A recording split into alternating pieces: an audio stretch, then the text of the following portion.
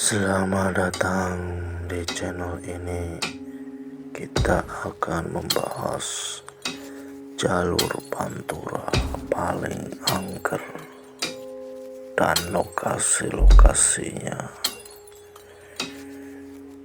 Jalur pantura adalah jalan utama yang menghubungkan Jawa Barat, Jawa Tengah, dan Jawa Timur yang memiliki panjang kurang lebih 1000 km.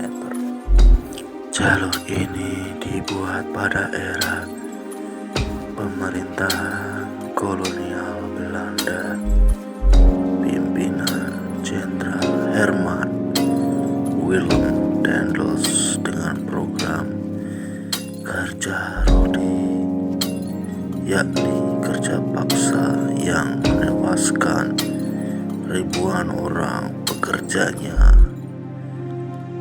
Telah banyak korban yang telah dibunuh di sini dan seakan-akan menjadi tumbal di jalan pantura.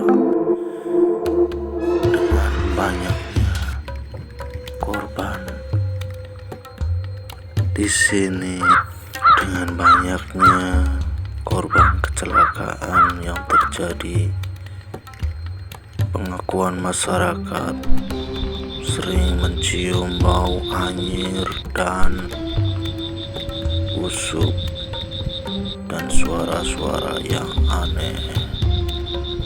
Yang pertama, Jalan Ciasem Subang. Keangkeran jalur ini sudah sangat terkenal. Beberapa orang mengaku pernah melihat sosok perempuan panjang yang dikenal sebagai kuntilanak.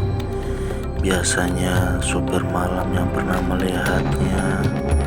Kuntilanak itu sering tiba-tiba menyeberang jalan hingga membuat kaget sopir. Yang kedua, jalur Alas Roban. Non sering ditemukan mayat di daerah ini sehingga dikenal sebagai tempat pembuangan mayat.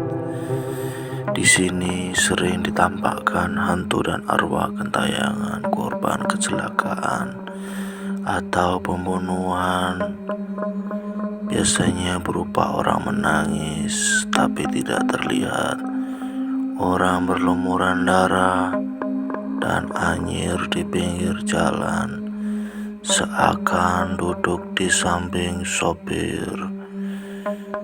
Di sini juga terkenal dengan Petrus.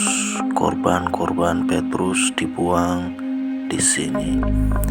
Banyak cerita legenda yang terjadi di Alas Roban, seperti hantu kepala tidak ada, kuntilanak, dan bus hantu.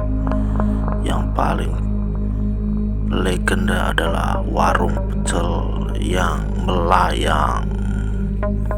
Sangat terkenal di sini dan sering terjadi korban-korbannya terperdaya oleh hantu di sekitar Alas Roban. Sangat mengerikan. Kemudian jalur lingkar Pemalang, Jawa Tengah.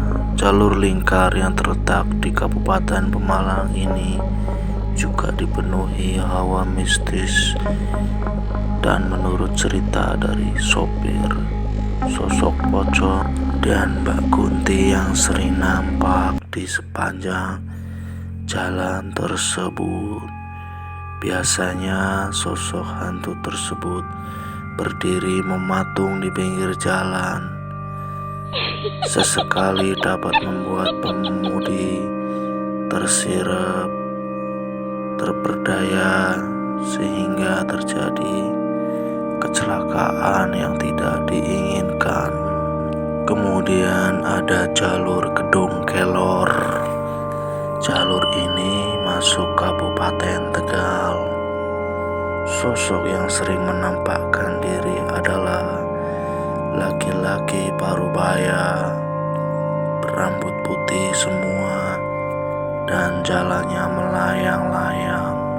Apabila melihatnya, pemudi seakan terlena, hingga tahu-taunya kendaraan menabrak dan terjadilah kecelakaan yang memakan korban jiwa yang banyak.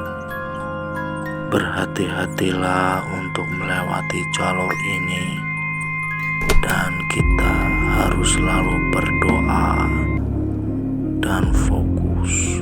Yang terakhir, jalur Jenuh Tuban. Ini adalah jalur angker Pantura di wilayah Jawa Timur. Jadi sopir merasa dan melihat di depannya adalah jalan lengang sebelum akhirnya menabrak kendaraan lain. Konon menurut sopir dan warga, sosok yang ada di sekitar jalur ini adalah perempuan cantik di tengah jembatan.